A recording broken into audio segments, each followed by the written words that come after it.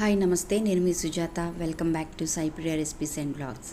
Hi అండి, ఈరోజు నేను మీకు చాలా సింపుల్గా, టేస్టీగా, హెల్తీగా ఉండే కాబూలీ గ్రీన్ పులావ్ని ఎలా తయారు చేసుకోవాలో చూపించబోతున్నాను.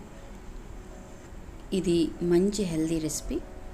మనం ఇక రెసిపీలోకి వెళ్ళిపోదాం. ఇది చేసుకోవటానికి ముందుగా ఇలా ఒక మిక్సీ జార్ తీసుకుని దీనిలోని బాగా శుభ్రం చేసి ఉంచుకున్న ఒక కప్పుడు పుదీనా ఆకులు, ఒక కట్ట కొత్తిమీర, 8 పచ్చిమిర్చి, 9 వెల్లుల్లి రెమ్మలు, 2 ఇంచీల అల్లం ముక్క, 1/2 టీ స్పూన్ పసుపు వేసుకుని వీటికి కొద్దిగా వాటర్ని యాడ్ చేసుకొని మెత్తని పేస్ట్ లాగా ఆడి ఒక పక్కన పెట్టేసుకోవాలి. ఇప్పుడు స్టవ్ పైన ఇలా ఒక ప్యాన్ పెట్టుకుని ఈ ప్యాన్లోని 2 టేబుల్ స్పూన్ల నెయ్యి, 1/2 కప్పు ఆయిల్ వేసి వేడి చేసుకోవాలి.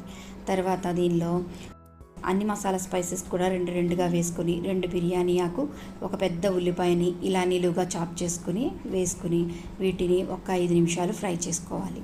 ఉల్లిపాయలు గోల్డెన్ బ్రౌన్ రాగానే దీనిలోని జీడిపప్పు వేసుకుని మరొక 2 నిమిషాలు ఫ్రై చేసుకున్నాక చిన్న ముక్కలుగా కట్ చేసుకున్న క్యారెట్, బంగాళదుంప, అలాగే క్యాప్సికమ్ ముక్కల్ని వేసుకుని వీటిపైన ఒక 1/2 టీ స్పూన్ సాల్ట్ని చల్లుకొని ఒక 5 నిమిషాల పాటు ఫ్రై చేసుకోవాలి.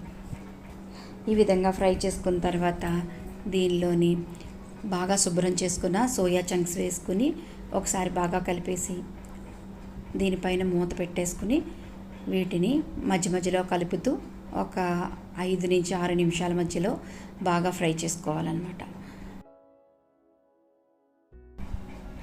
తర్వాత దీనిలోని ఒక పెద్ద కప్పుతో ఉడికించిన కాబూలీ శనగల్ని వేసుకుని వీటిని మరొక 2 నిమిషాలు వేయించుకోవాలి.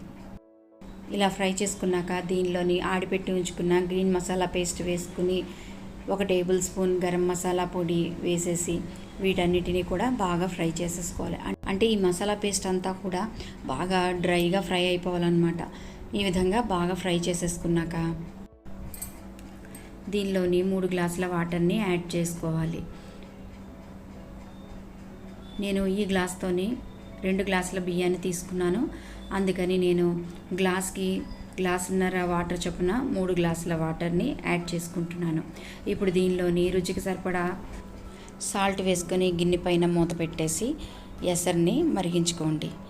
ఎసరు బాగా మరిగిన తర్వాత దీనిలోని ఒక అరగంట పాటు నానబెట్టి ఉంచుకున్న బాస్మతి రైస్ని వేసుకుని ఒకసారి బాగా కలిపేసి మూత పెట్టేసి ఒక 10 నిమిషాల పాటు సిమ్లోనే ఉడికించుకోవాలి.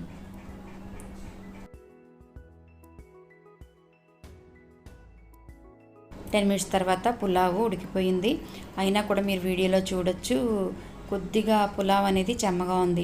సో ఇలా చెమ్మగా ఉంది కనుక మనం ఇప్పుడు ఈ గిన్నె కిందన ఒక తవ్వ పెట్టేసుకుని స్టవ్ ఫ్లేమ్ని ఒక 5 నిమిషాల పాటు హైలో పెట్టేసుకుని 5 నిమిషాల తర్వాత స్టవ్ ఫ్లేమ్ని మీడియంలో పెట్టేసి ఒక 10 నిమిషాలు ఈ తవ్వ పైన ఈ బిర్యానీ గిన్నెని మూత పెట్టేసి ఉంచేసామంటే కాబూలీ గ్రీన్ పులావ్ రెడీ అయిపోయి ఉంటుంది. చూసారు కదా, కాబూలీ గ్రీన్ పులావ్ రెడీ అయిపోయింది. ఎంతో చక్కగా పొడి పొడిలాడుతూ ఉంది కదా. ఈ విధంగా తవ్వ పైన ఈ పులావ్ గిన్నె పెట్టేసుకుంటే పులావ్ అనేది చాలా పొడి పొడిగా వచ్చేస్తుంది. మీకు నా వీడియో నచ్చిందని అనుకుంటున్నాను. మరెందుకంటే ఆలస్యం, మీరు కూడా నా రెసిపీని ట్రై చేసి ఎలా వచ్చిందో నాకు కమెంట్ చేయండి.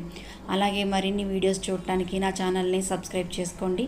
నా వీడియోస్ అన్నిటినీ కూడా మీ ఫ్రెండ్స్ అండ్ ఫ్యామిలీ మెంబర్స్ అందరికీ కూడా షేర్ చేయండి. నా ఛానల్ని లైక్ చేయండి. Thank you for watching.